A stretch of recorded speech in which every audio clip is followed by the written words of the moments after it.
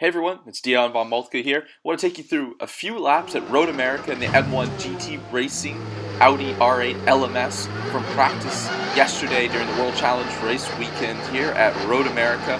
Leaving pit lane here at 35 miles an hour. As a driver, it's going to be my first laps on Pirelli tires in the new car, so a lot going through my mind. Leaving pit lane 35 miles an hour, accelerating up to over 100 miles an hour before turn 1. We're going to switch views here to the top of the car. Kind of a different view for sports cars. Don't see this very often. Now, as a driver, I'm trying to start to feel the grip. I've got maybe a little bit of cold tires, just left pit lane, made a couple changes. Down to turn 3, really important corner, braking down to third gear, turn it in, just nibbling the curb, throttle, throttle, throttle, use that exit curb there. Although you don't want to use too much of it because there's a big hole there as the curb ends. It's tough to bring it back. So I'll kind of talk. If you're a sim racer or a club racer, I'll talk you through what I'm looking to do as a driver around here. Deep brake zone to turn 5 as the road compresses. 200 marker down from 6th to 2nd gear. Nice early turn in. That new black pavement you see there has a lot of grip, so I'll roll a lot of entry speed. Turn 6, one of the most difficult corners. Braking before the road crests. I always feel like I underdrive the entry, but on exit you can see it all the road. Turn 7 really fast, just lifting back to throttle. Use all the road on exit. There you can see I had a little bit more space available. It's an out lap, so I'm not pushing quite at that 100% mark. Again, you see that new black pavement here in turn 8. I can flow more entry speed than you think.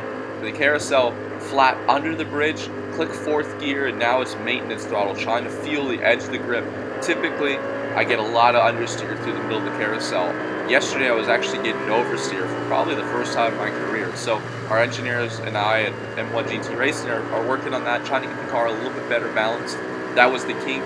150 miles an hour apex speeds. It's incredibly fast in these GT3 cars. Down to Canada corner. One of the most difficult brake zones. It's really bumpy through the brake zone, and then on exit here, using that exit curve there. Now going to go through Billy Mitchell just to lift blind up the hill, cresting. It's really fast. Back to throttle. Use all the road. You kind of have to trust the road is going to be where you want it. Turn 14 again, where a lot of people have difficulties on this racetrack because there's no sight picture. It's hard to see, so really trying to get down to the apex curve, early throttle. As you can see, it's a long straightaway once again here at Road America. Time to breathe. Think about that brake zone in turn 1. My marker's an axis road. We'll see up here on the left. That's it. Just past it. Braking down to 3rd gear. Turning it in. Just nibbling the throttle. You can see I got some oversteer there. Had to save it. Ran a little bit wider than I wanted to. That is not what I need. I lost a few tenths there. Back to turn 3.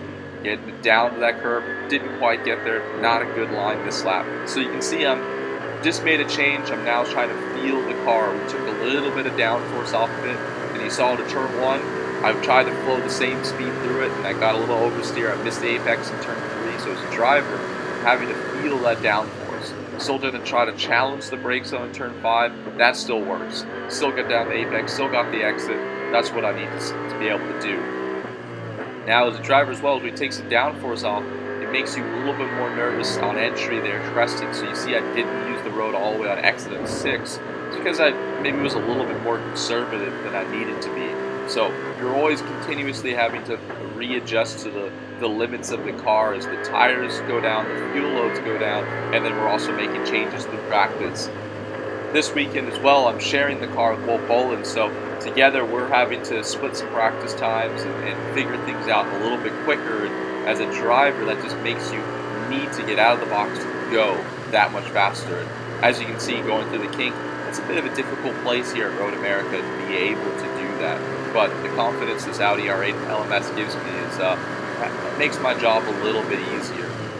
Going through Canada, you can see we're starting to catch a little bit of traffic from the GT Cup guys this weekend. And once again, as a newcomer to the series, you have to learn the tendencies of the drivers, who realizes you're coming up behind you, who doesn't, and know how aggressive that you can be when you're passing slower traffic.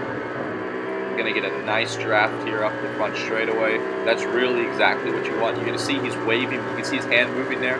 I now know he sees me. He's going to let me by on the inside. He wants me to pass him here. So that was always really helpful as a faster class to know, hey, okay, he sees me. I can really push by him and not have to worry as I catch some more traffic coming up in front of me again. Turn 1, a bit better that time.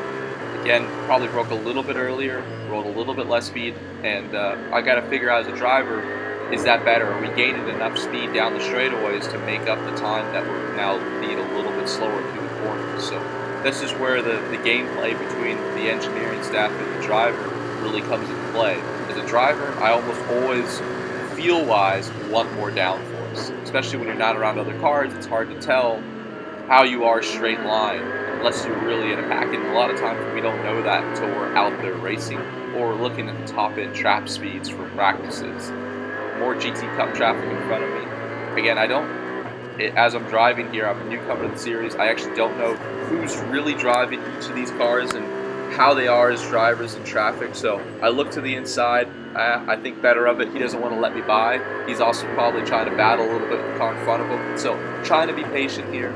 Pick my spot through the carousel. You can see that we are a lot faster with the downforce through here, but they're just as fast as us off the corner with their horsepower. Now, I think he's going to see me. I'm going to go for the move. He looks like he lifts early, but then he kind of drives. This is a bit of a tricky situation. As a driver, that was more my mistake. The GT Cup car guy did see me. He was probably expecting me to be a little bit more aggressive, a little bit more decisive. But with me being new to the series, I didn't do that. So, it was just one of those tricky situations. I now know the driver in that car is one that is able to look around him, is a pretty capable, good driver. So I'm able to be a little bit more aggressive and pick my spot a little bit better next time. Going back up the front straightaway, and that's a few laps here at Road America. Just talking through what I'm thinking as a driver. Thanks for tuning in. Hopefully you'll watch this weekend and cheer for our M1 GT Racing Audi R8 LMS.